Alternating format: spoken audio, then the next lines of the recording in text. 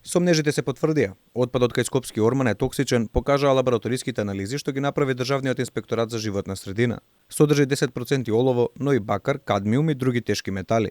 За сите инволвирани во случајот досега се напишани една кривична и една прекршачна пријава, но во текст се уште се неколку истраги што може да резултираат со нови санкции. Отпадот кој беше лоциран од општинскиот инспектор се трупал најмалку 6 месеци, а во криминалната шема биле вклучени вкупно 4 фирми и 2 физички лица. Утврдивме дека на плац во сопственост на 2 физички лица оставена е одредена количина на отпад кој потекнува од правниот субјект Рецикл Еко Стар Скопје, кој што е носител на А интегрирана еколошка дозвола.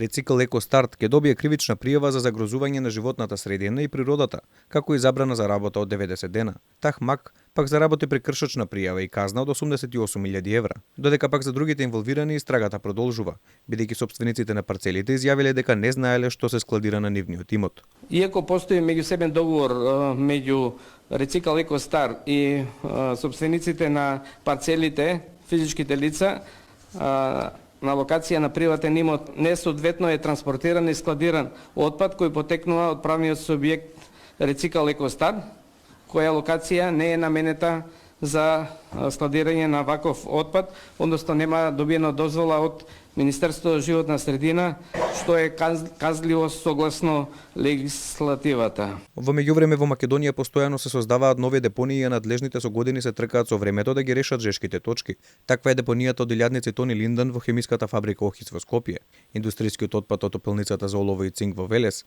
депониите на Бучи Милојане, рудниците за олово и цинк Саса и Торница, Макстил во Скопје, Злетово во Пробиштип, како и термоелектраните Рек Битола и Рек Осломеј.